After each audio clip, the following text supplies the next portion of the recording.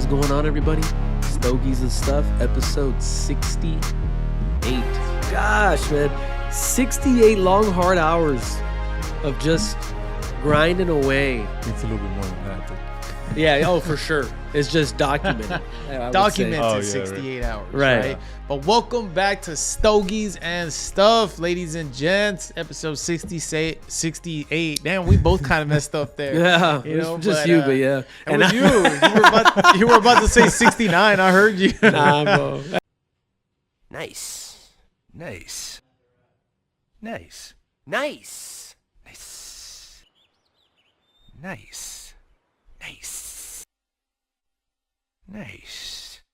We got Mike, a.k.a. The Hammer. You got Johnny, a.k.a. I Just Get Shit Done here. That's right. And, shit. you know, You just came up with that. On the fly. That's good shit, bro. But we got two topics, believe it or not, right? Let's get And shit done, Johnny. we're going to tie them together, okay? Because that's what we do here. We make shit. We give something, some form of theme. And in this case, I think value, motherfucker. we can give a theme of power and philosophy. And I think you even said something about accountability. That's and, right, baby. Yo, You know, and not to cut you off, Mo, but I felt like it was appropriate. You felt got like it was appropriate. Okay, Yeah, cut me off, Mike. Mike taking shots this morning, man. philosophy. Fuck, dude. Philosophy. We mentioned something, brother, when we worked out Friday together. What's that, Mike? There was something particular I don't you mentioned remember, to me, bro. and that it's gonna come out in our workout video that y'all gonna see. You gotta be a little crazy A little if fucking you want crazy, bro. shit to get done. And That's when you right. told me that, I was like, "What the fuck? This motherfucker's right." I was like, "We gotta talk about Made that." an impact, huh? It did, It man, did. because you're right. How can you expect? There's an interesting concept in the law called an injunction, and it's status quo. And you say, hold on. I don't want any change. I want things to stay as they are. Status quo. You keep doing what you're doing. I say that because a lot of people keep doing what they're doing and they expect change. How can you expect to get the life that you want, a life you deserve, without being just a little fucking crazy and implementing that extra little work to get that change you want? So, in other words, don't do status quo. Don't do the same shit and expect a different outcome. Insanity is what you'd be doing with that. Did I ever tell you what the definition of insanity is?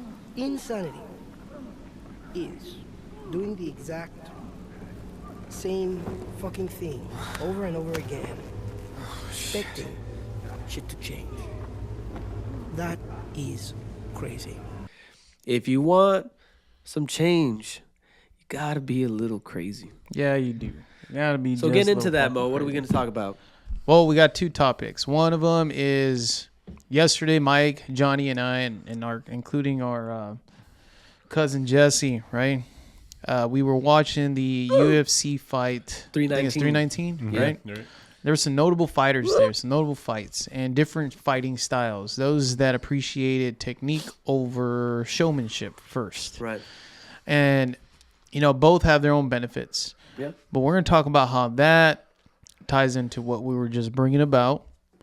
You know, power and philosophy and accountability and some craziness. And then some recent news with Mr. Andrew Tate and his brother, right?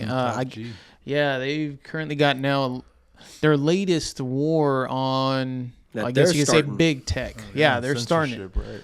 Yeah, lawsuit against Meta, TikTok, YouTube, Instagram, you know, pretty much any platform from what I read that has decided to ban him. Mm-hmm. And from what I also read, it's kind of coming down to he's not focusing on whether it or not his content was right, but more of how he was basically just banned some conspiracy theories, right? He was, behind- outright banned. But, you know, obviously, and Mo was just laying out for y'all what you can expect from this. But the really thing that we want to start getting into is that being crazy part of it, right? That aspect of, well, what does that encompass? And we think that the perfect way to just get a glimpse and understanding of how that works starts with this UFC 319. So yesterday we were noticing and we were watching. We start with the prelim fights because, as you all know, the way these events work is they have the preliminary fights, the up and coming fighters, people that can possibly put on a show, entertain the crowd, keep everybody there. 'Cause it's an event, right? You pay for it. And then you get into the main card fights, which is more about that craft, more about the fighting doing the entertaining rather than entertaining people to watch you fight. And you notice a sort of contrast in these things. And the first fight on the main card was the Page versus Cannonier, right? Right. Mm-hmm. And Michael Page, also known as the MVP, right? That's his Michael Venom Page. Yeah, that's right. His stage name, I'd say, is he was a lot of showman. So this guy used to be part of Bellator, which is like an equivalent. Well, I wouldn't say an equivalent, but like the generic version of UFC. And he switched over to the UFC. But this guy was well known in the Bellator for doing these types of antics. Mm-hmm. Well, I'm going to pull it up. So this was the fight, right? These are the gentlemen. I'm going to go ahead and pull up initially his technique. So, Mike, obviously you're talking about Page, right? Yeah. Yeah. Yeah, so Michael Page is black shorts and Cannonier is blue shorts.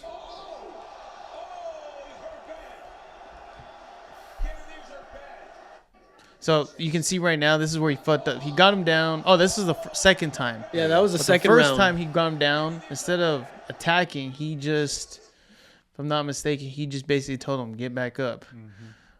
That's still the second one. Let me see if I can find the first one. I know, man. The shit that people put, bro. Yeah. I can't find Everybody's it. showing the second round knockdown. But look But at look that. at that. Look at that. Yeah.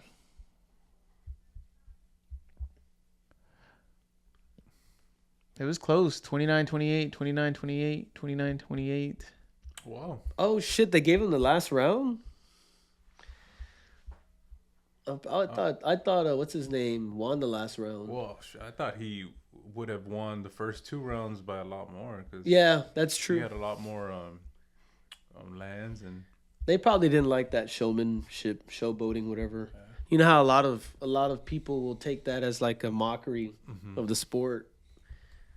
Which I would say the one that was most successful with it and had the craft to go with it was Conor Yeah. McGregor. That's exactly who I was thinking about.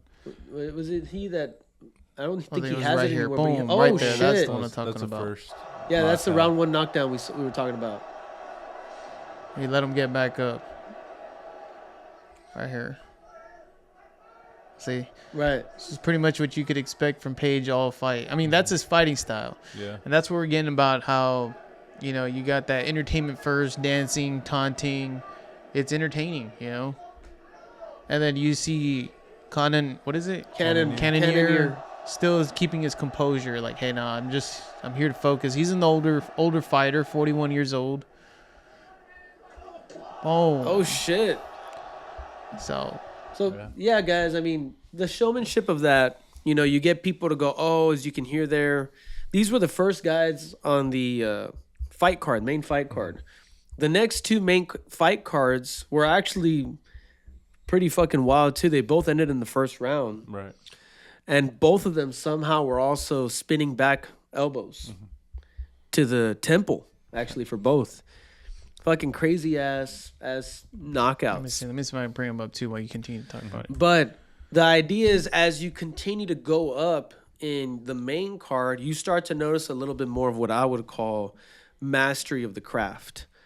And this mastery ends up being the entertainment versus the entertainment aspect being the entertainment, right? So the showboating. So this was the card, right? We watched Right. Michael Page and Cannonier, and then the next one was Prates and Neil. Neil knocked him out. Yeah, with the And spinning then back elbow. we had Murphy and Pico, and I think the exact same Murphy thing knocked him happened, out, yeah. right? But also with an elbow. Yep. Was that what it was? Oh, Yep. yes. If I'm not mistaken. And then this was the main event, which was Kamzat Kamzat, and Dricus. which also two different types of Look at fighting that styles. total strikes. Big difference. Chimaev 529 landed of 567, and fucking Drickus 45 of 68. Like, guys, it was just a complete domination in the fight. And Look, watch this. The total fight is 25 minutes, guys. Look at how much in control Kamzat was. For that 21 whole minutes fight. and 40 seconds. That is fucking crazy, man. That's crazy. Like, guys, so you have to understand, these are the guys. This is the championship fight. This is two guys that are arguably the best at what they do. Coming to the main screen, coming in to complete a job. Who's going to be the fucking champion? They're not coming there to entertain you. They're coming there because this is what the fuck they do for a living. This guy and Chimaev, as well as Duplessis, have mastered their craft, and they want to take that shit to the next level by becoming the champion. Now, Duplessis is already the champion. Was. Chimaev was the challenger. Now he's the champion. But it was just this five-minute rounds of complete domination from Chimaev of wrestling. And oftentimes you'd find the crowd booing. Right. And they're like, what the hell is this? This is a show. And I was telling the guys, that kind of reminds me of from The Gladiator, right? The movie with, what's his name? Russell Crowe. The OG one. Yeah. And he's entertaining, but he's, these people don't realize that this guy was a fucking general within the Roman army. And he was a general, right, in the movie? A general. And he is now a gladiator because, as you guys have seen the movie, his family gets executed because he didn't follow certain orders, whatever the case may be. And now he's a gladiator fighting for his freedom since he's a slave. And he's doing these fights and he's entertaining people. He's making them fun. But then his fucking mastery side comes out. He just absolutely slaughters these people in a grotesque, straight-up killing way. Well, and he tells the people. Is it? Is this one it? I think if I recall, it's because he was going to be made emperor, wasn't he? Yeah. Or the Caesar. Yes, that's right. Yeah. And then that's why they fucking... Yeah, because his son's... So look, he's like, this shit isn't entertainment. That's basically what he's telling these people. Like, you really think this is fucking entertainment? I'm not here to entertain you. Fast forward it. Yeah. Right here. This is basically all the fighting scene.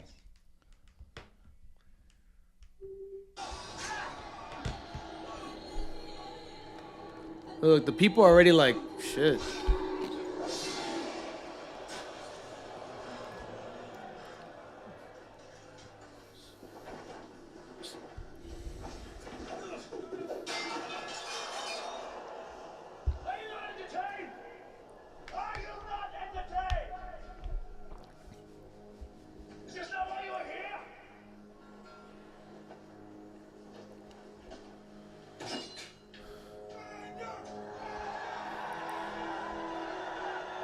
And you look at this shit, and it's, I think, a direct comparison. You got this guy who's mastered his craft of killing people, and he's doing what he's doing. So if you see someone dominating what they're doing, how are you not entertained? Like, why are you booing that? And it comes down to Chimaev not giving a fuck. This guy, I don't know much about Duplessis. I don't know much about Chimaev either. But from what I read, this guy was fucking crazy, dude. He spent himself. Chimaev. Oh, Chimaev. Well, yeah, he shows some craziness. Well, basically, what we read was, we read this somewhere. What do you say? He spent about 4 months in isolation, or 6 months. That's right. So I'm reading that right here. Or 2 years, I think, something like that. According to detailed accounts in his early training, Chimaev literally lived in windowless storage room underneath Stockholm. Wooden bleachers at an all-star training center in Stockholm for 2 years. That's long. Damn, for 2 years? 2 years. Isolated himself just straight to training. It says during this period he would train 3 or 4 times per day with coaches, sometimes forced to make him rest due to concerns about overtraining and injury. So this is somebody that said that I'm going to take the technique very serious. I'm going to make sure that I'm just perfecting this. Right. It's a way of changing his life. He went fucking crazy. 2 years of pure isolation like that. Damn, that'll change you. Like, can you see if you could pull up the way this motherfucker was looking at Duplessis before the fight started? Like, you see that crazy look in his eye, man. And you know, guys, 2 years now. A lot of people are like, "Oh, it's just 2 years." You fucking try spending time in isolation for a week. Try doing that shit without your phone, even. Yeah, just You, that. you know, just even a day. Like, let's see this? how you last. Look at that. That's how it was, right? So this dude, he's built different. Like, the definition of built different is right there. This guy takes this dude, Dricus du Plessis, down within 10 seconds of the first round of the fight. And then just from there, the rest is history. So what are we getting at, guys, other than breaking down this fight? Number one, I'm a huge fan of the sport. I might not know the technical knowledge of it other than the general, you know, types of styles of fighting, jiu-jitsu, kickboxing, etc. But what I can tell you is that this fight was more of an appreciation from the technical sense of this guy who is a wrestler, who's also a kickboxer, but is a main wrestler that just fucking dominated. And how did he do it? Well, as we've been saying, you gotta be a little crazy to get that shit done. He is officially 15-0. So how the fuck 15-0, you claw your way to the top, guys. I don't know what else to say other than that shit. You fucking crazy as fuck to do that at the highest level. Well, let's come. Oh, go ahead, Johnny. Well, I mean, because you brought up an interesting point, right? Choice, right? I mean, he chose to live under those circumstances in order to, you know, to better himself. He felt that that was necessary in order for him to, you know, propel himself to the next level. Now, the question becomes: is it something you're born with, or is something that can I make myself this way, right? And I think before the What podcast, do you think? well, I think it's a little of both, right? Some people are just you can tell, right? They're built different. Some, you know, put themselves under that stress, and you know, and then you know, basically shape themselves to become a better leader or just a person with better work ethic, you know, to achieve their goals. And we're kind of talking about that before the podcast, Mauri, how fuck, I'm blanked out. Nah, you're good, bro. I mean, I kind of know the direction you were heading. You're basically Cut that. you're going a framework of, can this, I guess, level of mindset and habit change initially come without you necessarily being born from it, right? Or with it. And I strongly believe so. I mean, something, and it normally, from my experience, it comes from a form of struggle. Something that an individual is going through, whether himself or family, and all comes down to personalities, of course, that is making them want or have to, would you say, like they have no other choice. They have to put themselves through some form of craziness in order to experience some form of change. And you just start to, since we're talking about the UFC and this fight particularly, it brings about an angle for discussion. And I guess a question I have for everybody now is the sport moving away from, I guess, highlight or spectacle fighters and rewarding more of the pure execution, you know, the technique? Or, you know, do we still need showmen to bring eyeballs to the UFC? Because I know at the end of the day, the CEO is Dana White, and he needs viewership to make sure that the business stays intact. You know, so reason why you have pay-per-view fights. But is society starting to appreciate, again, pure execution, mastery of technique more now, because you have people appreciating this art more the way it actually should be appreciated? Or is it solely just, hey, I just need viewership, I need I need not stupidity, but mediocrity performance, or even at that, just pure showmanship, no actual strategy whatsoever? And I think this fight had a little bit more to talk about what might happen in the UFC, because again, these two individuals were two different types of fighters. I mean, I'm showing up on the screen right here, and I'm showing you guys what du Plessis explains his philosophy for striking. And this is a quote from him: "Everything you've ever learned about footwork, forget it. Footwork is not important. You start running towards your opponent and throw. Just throw. Whatever he throws, take it, and then throw what you want to throw." So he's discussing his philosophy on that.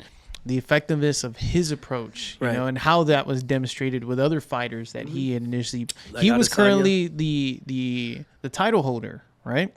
And so, you know, he went against other fighters like Sean Strickland, Adesanya. and he took the dub. He won. That's right. Adesanya, Whittaker, and he accomplished this through.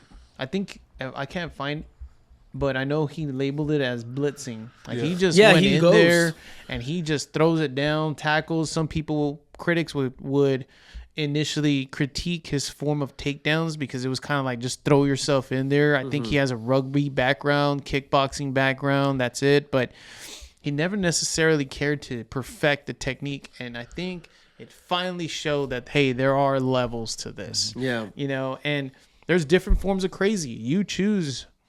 I mean, he got him to the top. It's not like that can be taken away from him. Right. But there was just somebody else out there that was just a little bit more fucking crazy than he was. Yeah. And it showed. I mean, I remember seeing this shit. Oh yeah, He the fucking just had him crucifixion. down. And although these punches and elbows to the face weren't anything critical, they're there, man. Volume. Eventually that shit eats up. It's not normally like the big hits that make the biggest impact. It's those little ones, man. And they make all that difference. Right. Yeah. So I think, I don't know. I think we're seeing a slight change here. I like it. I like where this is going. I think we're starting to appreciate the quality of finishes or quality of craftsmanship and work and mindset as opposed to what the culture that we were part of for a good maybe 5, 6, 7 years of just let's just make some noise and, you know, just put shit out there. Well, yeah, because I mean, if you look back into the sport, obviously with Conor McGregor, you know, being a huge influence into that type of I guess promotion, right? That those antics, you know, even before the fight, though those you know how the Dana has those press releases, the weigh-ins. You know, there's a lot of fucking trash talking, right? And that sets the stage, you know. That's fun. You That's get me? fun. But it's even better if you can do both. Right. Dude. Yeah, go. Well, really quick, because it's fun until it's not. Yeah. Right? Because That's a good way to put it. McGregor, obviously, you know, being who he is, he was on the top, on the top for a while. But then once he started fighting fighters like Poirier, who fucked his ass up, you know what I mean? And where is he now, you know? Yeah, like, does that ultimately do those antics matter? And, you know, if you fight a crazy motherfucker, he's you know. There's always somebody out there that's a little crazier than you, exactly. right? Well, yeah, man. I mean, it comes down to, like we said, that status quo. The problem with any champion, I would think, practically speaking, is you're there now. Like, you kind of lose, whether you believe it or not, you will lose that hunger. You get comfortable, right? You get comfortable. You get a status quo. You're like, I just have to maintain this. I don't have to you know, do anything different. I got here because of what I did. No, you got there because you were fucking crazy. You wanted that. Mm-hmm. You were the changer. You were the market mover. And to do that, you knew you had to train harder than the champion would be training. Right. And that's just a simple case of what that is. And there's some people that have it. And I actually admire that quote you just read from Duplessis. Duplessis. It's basically a version of what Mike Tyson said. Everybody's got a plan until you get punched in the mouth. Mm-hmm. So that's true. Duplessis saying that, it's almost like, look, you're going to throw your punches. They're going to throw theirs. You got to take it, but you just got to keep throwing. Mm-hmm. Yeah, and I appreciate that as well. And we've talked about it here countless of times. The bobbing and weaving, like Trump would say. Well, I mean, just in everyday life, right? It's paralysis by analysis. How many times have we thrown that out there? Mm-hmm. Everybody is so technical, trying to be super technical with what they should and shouldn't do, that before you know it, you started with the intent of getting something done, and it ended up with you not doing anything. Mm-hmm. Right. And if there's one thing I'm always preaching to everybody, hey man, fuck it, just do it. Get in trouble. Mm-hmm. I don't fucking care. And so you gotta be okay also with not being in control of things. Sometimes just taking that. And I will take, you know, his quote that way. Like, I'm not. Obviously, he has to have some form of technique for his punches, kicks, takedowns, etc. Even though critics would say about Duplessis that it was a little unorthodox, but at the end of the day, there's still some form of technique there, and it just shows that his grit also above all is what kind of got him to the top, you know? Yeah. Don't overthink it. Just get it done sometimes. Sometimes it's just not going to go 100% planned. Right. So, yeah, but, you know, these are, you like I said, you got showmans, from showmans to masters, basically. So, I mean, that's the take on it. That's the crazy aspect of it. And to be very honest with you, you got to be fucking crazy to be doing what Tate's doing now. The Tates, I would say. So, obviously, their story is not a secret. It was pretty much all over social media, every social platform in terms of what was being done to them or against them. So putting it up on the screen, that way you guys have a little bit more, I Yeah, guess, the context. McBride we're law talking firm. about. That's right. Andrew Tate sues Meta and TikTok for defamation and civil conspiracy. Tech giants accused of coordinating character assassination. So character assassination, I think, is the conspiracy that they're initially promoting, if I read that correctly. And so that one's going to be a little bit challenging to kind of prove, but I know there's two angles on it that they're initially tackling on, right? One is the character, the civil conspiracy, and I read it here. Oh, another one was, it was a defamation, civil conspiracy, and tortious interference. That's what it was, right? Yeah. There you go. Good job, team. Fuck. Thank you for helping me out. Fuck. Yeah, bro. Shit. Cool. Shit. So yeah, but I mean, this lawsuit was just recently filed. I think the only reason bringing it up today, or not the only, but one of the reasons is that one, it's gonna be a relevant topic throughout the few months or even a couple of years. Well, as this shit possibly. develops, right? You got to develop the Because case. Yeah, it's fresh. You've got an attorney himself here. You got two individuals, Johnny and I, who have been, I guess, paying attention to Andrew Tate and his brother's journey and our intake on there as well. And Mike can confirm whether or not he feels that they actually have some claims towards this, you know? How does all this play into craziness, though? Mike kind of hit it on the nail where these men understood how the social media platform works. And what we mean by that is things go viral, but how do you make things go viral? You got to make some noise. You got to be a showman, right? And so, but what you do with that kind of also leads to the ending narrative. In this case, these two brothers made so much noise that people wanted to shut them down, which is why they went through this whole timeline of shit from, you know, getting arrested to, you know, without, you know, in Romania, you know, not being able to leave, there's no proof, etc. All these things, travel bans, all that good stuff, to now where they're currently at. Seems they've been winning this battle. The war, in my opinion, is not over yet, though. But it created so much noise on social media that they developed some enemies, and these people decided they wanted to put them down. They sent some people after them. They initially almost had a win against these two brothers, and then apparently Andrew Tate has mentioned countless of times that he understands what he calls the matrix and how they work, and he's constantly in his messages ending where he would never kill himself. And he says that because one thing that we've learned now is, one, we can't trust big tech, we can't trust the government, Epstein. yeah, all these things. Exactly. The Epstein list. Somehow there is no list. Remember that. And so although we've been pushing for a Republican Party to be in office, like Trump and stuff, we're not saying that everything that they do for us is going to be completely trustworthy at all. But what we're saying is it's a better start towards the actual values we have as people and where we want the guidance of this nation to go. So overall, we've always made that clear.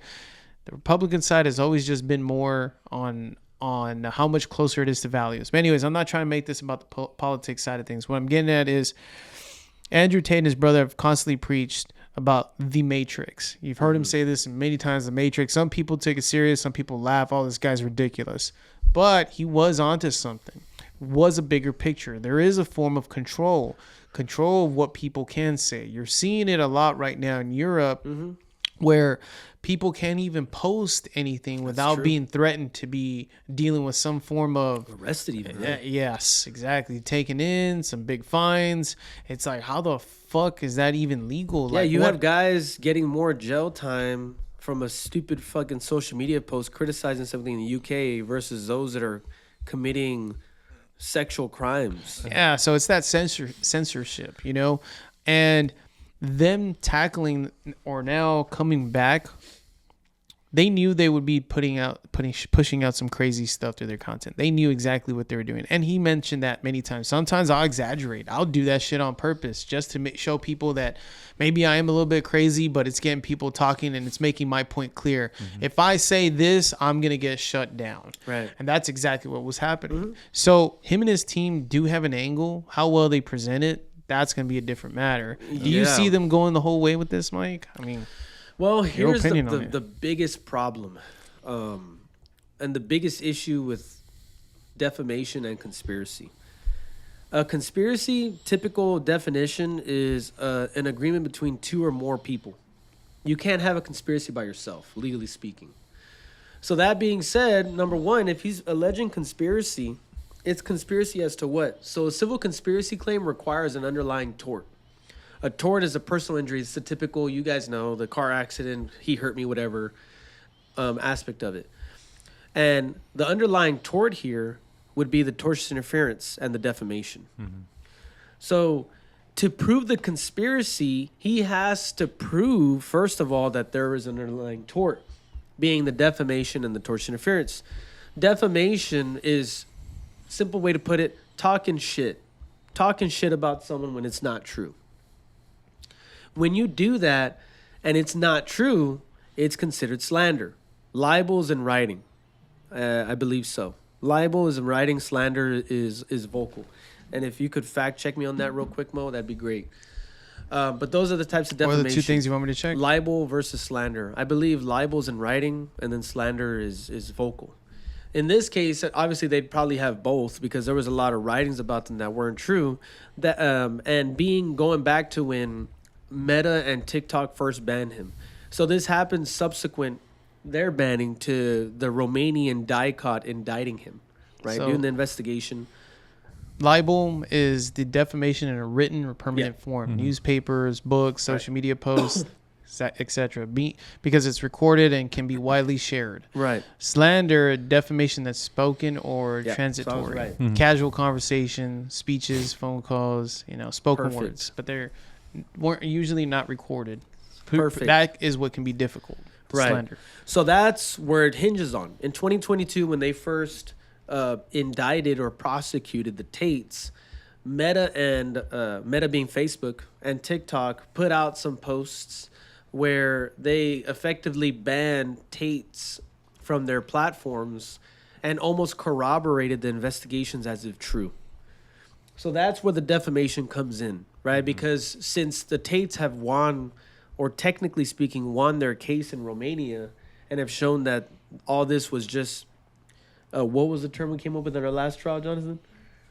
Selective Prosecution. prosecution, as opposed to a legal investigation. That teed up their ability to say, y'all defamed me because you essentially corroborated and proved up the case for the public to believe that DICOT had against us, and we didn't even have a voice to be able to say it wasn't true because you kept silencing us or censoring us. That goes into the defamation aspect, which they may have a case to be able to prove. I don't know. Then you've got the tortious interference. So typically tortious interference requires some sort of intervention between the Tates and a third party that they were trying to deal with. That's going to be a little more internal because I don't know what deals the Tates are going to say that because Meta and TikTok banned them and talk shit about them, ruined for the Tates. If anything, it kind of, thanks to their, I would say sophisticated approach to social media, thanks to that, they overcame it and used it as a part of their brand where they came up with the Matrix. But nonetheless, it interfered with potential deals, right? I think they said that they lost out on some deals. I remember them talking. I used to watch a lot of their videos, and they would talk about how all this has affected them, right? Other than their assets being seized, there were deals that were blown up because of this. So My take on this is I do think they have a good faith enough approach to this to be able to file suit, but it's going to be a hell of an up battle. It's gonna be a battle Because huh? once you get into this type of battle where you're dealing with not just millions but billions at stake, people don't give a fuck anymore. Like, it's not even about the money. They don't give a shit about sanctions. They don't give a shit about any of that because they're like, oh, I'll pay it off, whatever. There's going to be evidence that's hidden, evidence destroyed. So McBride better be doing everything he can to put them on notice to preserve this evidence and get as much sanctions as possible so that he can get proper jury instructions at the time of trial to tell the jury that these motherfuckers purposefully destroyed evidence to prevent us from proving our case. So what Okay, are your you're listening to me, predictions? you need to hire me too. So what are your predictions, bro? My projections are going to settle. Think so? Yeah, you know why? Because both Meta and TikTok will not want to. Right now, there's been a huge non-censorship platform, and the Tates are at the premiere of this. Yeah. Because if there's anybody that's been censored besides Trump the most, it's fucking Tates. Like, they have. I think that's fair to say from even our standpoint without the evidence to prove it. When we would talk about them, what would happen to our videos, bro? I get taken down. They would get taken down. Yeah. Just as the same as the jab would. Remember when we used to talk about the COVID vaccine? Yep. That shit would get. We I got had to threatened. fucking. They canceled our channel Our right off the channel, spot. yeah, and I had to fucking threaten them and say, "What the fuck you guys doing?" for them to revive that. Remember that? And it worked. Yeah, they bent the I knee. think that was in our episode 2, right? Where we showed what Yeah, it was right after episode 1, and then episode 2 Yeah. we showed it, which is crazy. Granted, again, episode 68 now, so that's about almost 2 years ago. Yes, dude, Been that's doing that? crazy. Fuck. But that's my take on it. What do you guys think? What do you guys think of my take? I would say. Oh, I think that was spot on. I think that was pretty. Yeah, I spot think they're on. gonna settle, bro, and I think they're in the perfect position to be, I guess, to show accountability behind what big tech censorship really needs to look like. Yes. Because I think it's extremely enforced for all the wrong reasons right now, or maybe again, all of these enforcements of big tech came for the right reasons, right? But I think they're being abused now by people that are, because somebody's got to be managing this and making the shot calls. So now if this works in the Tate's favor, and in reality, it's also in our favor. Right. But if it works in that way, I do see big tech censorship being a little bit more neutral. Yes. Like, we can't just ban anything just because we don't agree with it. Yep. You know, we talk about, especially you guys talk about this in law, everything's either subjective or objective. You know, you can't just simply allocate. No, like, you guys got to put a little bit more thought into this shit. And you know what? What's really gonna help this too? It's because. I mean, I think that's why now everybody's making their podcasts like this, Yes. actually pushing out their own opinion, because it's a bunch of bullshit. Well, yeah, the news sources lost credibility. They Completely. lost that credibility because it all came out that they're all in cahoots. Yep. Like, for instance, when RFK Jr. sued Meta too, Oh, and, yeah. and Google, he Yep. sued Google, sorry, for censorship, based off of the fact that there was a memo where the government told companies like Google and I think even Facebook too to take shit down. So it started going away because their argument was we're a private entity and we can silence what we want because, you know, it's our company, which is true to a certain extent because the only ones that cannot censor is the government.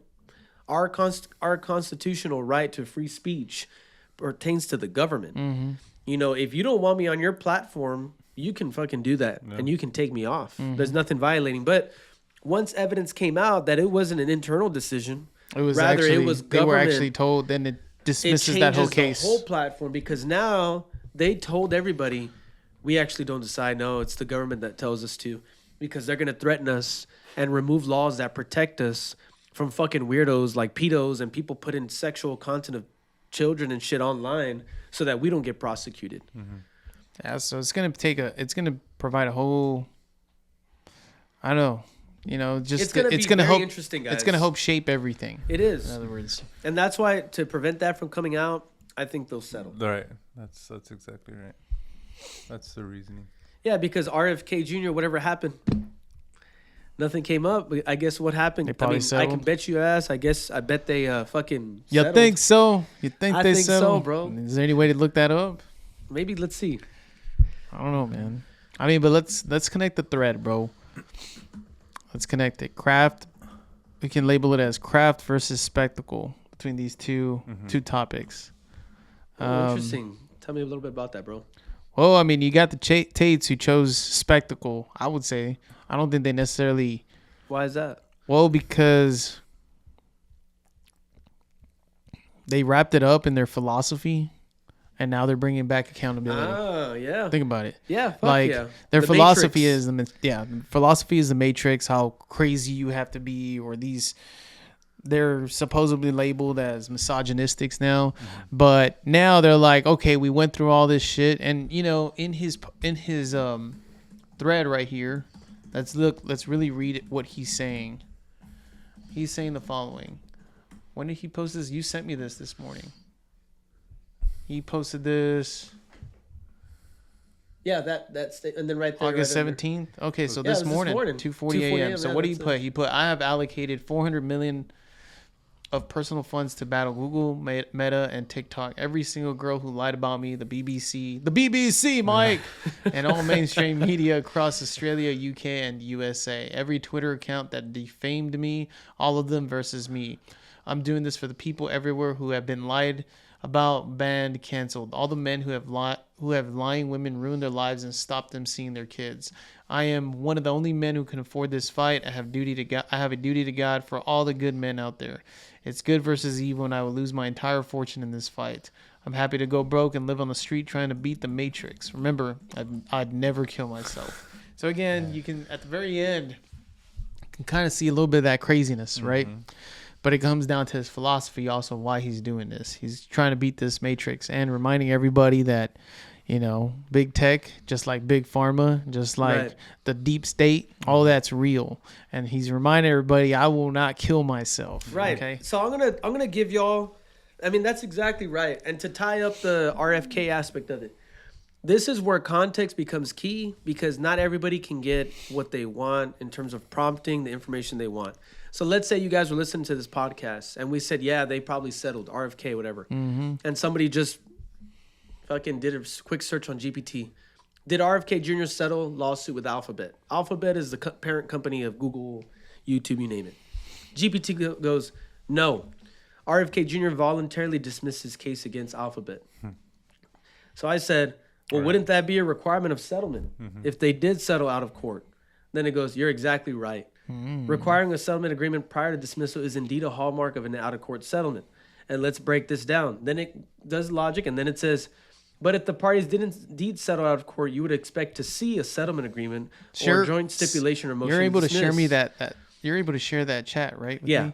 And then I said, well, they So I don't could put it have on- to file the settlement agreement. And it says, you're correct. Well, hold on. Stop reading, man. Let me put it on the actual screen because right, you're let me going send it off. to Of, you're showcasing a display of prompt right, and how to properly prompt, or not just choose or trust the first thing that you search up off of.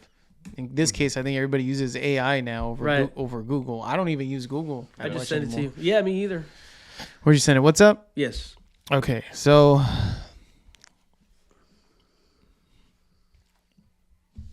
So go up. It's like a few right there. is it this So I one? made it simple. Right. Okay, so this is probably what most people would search up. And let's be honest, there's nothing wrong with it. We're not saying that you're unworthy or you're not articulate or not intelligent enough to even prompt ChatGPT correctly, but we're just letting you know that there are ways and there are loopholes as far as trusting the first bit of information that comes your way. Did RFK Jr. settle his lawsuit with Alphabet? Mike, I'll let you read as I follow through. This is initially give the breakdown. RFK Jr. voluntarily dismissed his case against Alphabet's Google, YouTube in November 2024. The Ninth Circuit granted his request and ordered each side to bear its own costs. That is not a settlement. For context, before the dismissal, he had already lost a bid for a preliminary injunction in the district court and then lost on appeal on August 26, 2024, when the Ninth Circuit rejected his argument that YouTube was acting as a state actor. And then I said, So you read that and you automatically think that you're there's like, no oh, settlement, man, right? Yeah.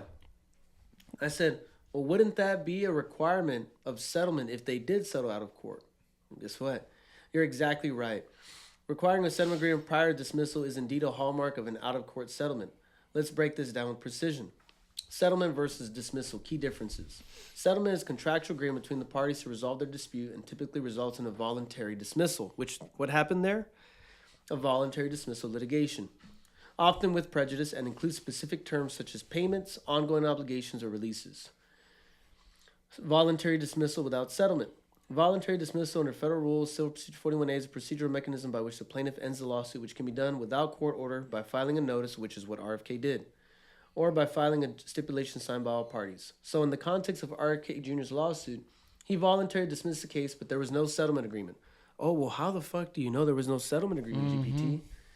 It did not include whatever. So it goes on. All right. It says there's no settlement agreement. And then I tell it, go up a bit. Right there. Well, they don't have to file the settlement agreement. Because practically speaking, guess what most settlements agreements contain? It's called a confidentiality provision. Saying, you know what, we're going to agree to this shit, but it's not going to come out. It stays within the confines of the agreement between us. Kind of like an NDA? Talk about it either. Almost equivalent to an NDA. And then, when that happens, why the fuck would you file a confidential agreement at court for everybody to see? It wouldn't. So I say, well, they don't have to file the settlement agreement. And I don't ask it because I know this. It says, you're right. You're absolutely correct. Parties often do not file a full settlement agreement with the court, especially when confidentiality is desired. So then it goes down, it runs this whole analysis again, and then it says, summary table, confidential plus simple voluntary dismissal. Is the settlement filed? No. Court retains jurisdiction? No, which is not true. It can. Later enforcement possible in same action? No. Requires separate lawsuit? That is potentially true. It depends on what the parties agree to. And then bottom line, let's go down. You're absolutely right that the actual settlement agreement often remains confidential and isn't filed. So I had to give its reasoning for basically that's right. its position on what it broke but down you to have you. to force it to. Because the idea behind a lawsuit is that when you sue someone, you basically have two routes, right? You have either the choice to voluntarily dismiss it, whether it be through a settlement, or you're like, I choose not to pursue this fight anymore. Or typically what happens is that the judge forces you to dismiss it because of lack of proof or basis. Jurisdiction. Right. So if you're challenge. So in this case, he obviously wasn't forced to dismiss it. Right. He voluntarily dismissed dismissed it, we're going to strongly assume because they settled. And this is what we mean, guys, by I think this is a perfect example. This wasn't in our agenda to bring up on today's news, right? For Stogies and Stuff. You also have to continue to self-develop. And the way that ties into ChatGPT or AI of anything of the sort is the only reason Mike's able to even negate against ChatGPT is because he actually knows his craft. This is him taking accountability towards his craftsmanship. He's Mike's mastering law. Yeah, he's mastering his law. He's going a little. I mean, he puts in hours and hours of work to make for all of his cases. Guys, I work at least 60 hours a week. I think if there's one thing I get asked a lot is, he's like, hey, Mauricio, I know your brother's an attorney, but what law does he practice? This is where you can remind everybody what it is that you practice, Mike. I practice commercial litigation, which is business versus business. Complex litigation, which often doesn't pertain to a certain type, but it's a hard-ass case, which means there's a lot of parties involved. There's a lot of different types of causes of action involved, and providing clarity in what's going on. Federal criminal, as well as state criminal. And other out-of-court matters, such as OIG investigations, administrative, I'd say. OIG, which is Office of Internal Inspector General of the state, as well as federal. OAG, which is Office Attorney General for the state, Texas.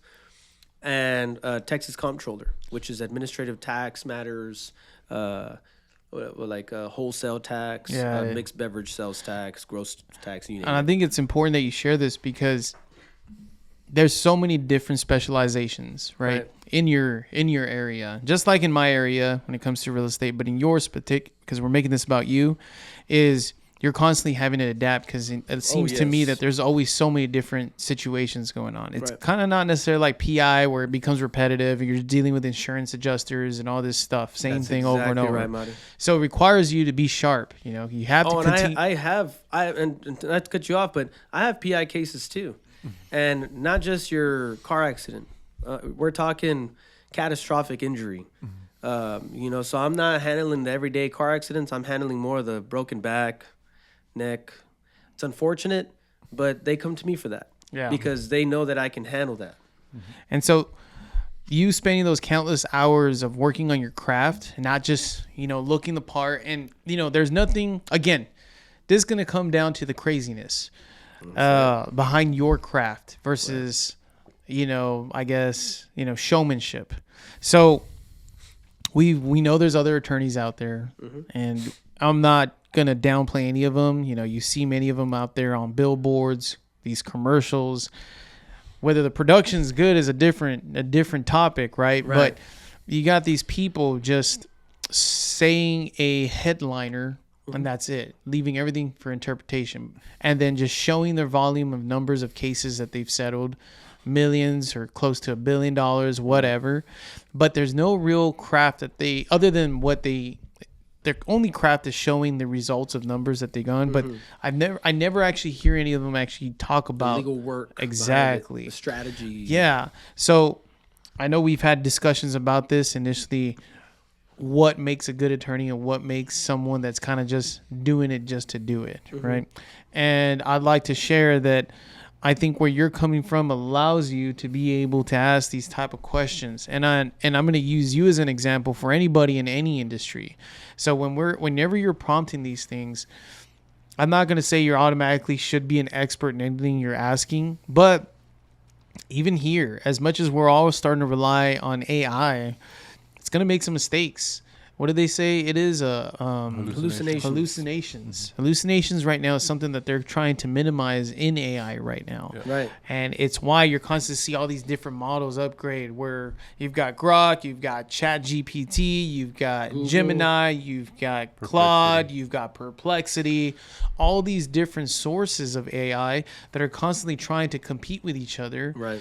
And make their model better than their competitor. Right. So it's just the reason why we're sharing this, guys, is do your due diligence. It's a perfect example of And a simple but perfect example. yeah, of enhancing oneself also. Don't get lazy on yourself. Just because things are getting easier, or access to information and access to spread one's voice is also getting easier, doesn't mean you get lazier. It means you then use that opportunity to enhance yourself as well. Right.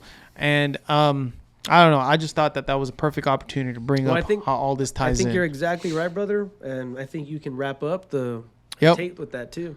Well, I mean, I guess a broader lesson is we talked about media with the Andrew Tate. We talked about the Octagon with the UFC fighters. I guess both you can grab attention. Both of them you can grab attention with some form of stunt. And just accountability, guys. But to end it, the longevity ends with those with an actual master plan. Yeah. Oh shit! You know what I mean? Those with an actual master plan. Man. Shit. Yeah. So master your lane, ladies and gents. Until you get punched in the mouth. Yeah. Oh, you're right. But Get it, guys. Going with that plan. Get it fucking done. All right, man. But And be a little crazy. All right. Be a little fucking crazy, as Mo would say. That's right. Apply it to your life, ladies and gents. Discipline, skill. All right. And so I guess we'll talk soon, ladies and gents. Sure. See you on the next one. Keep stay tuned. Family, family, family.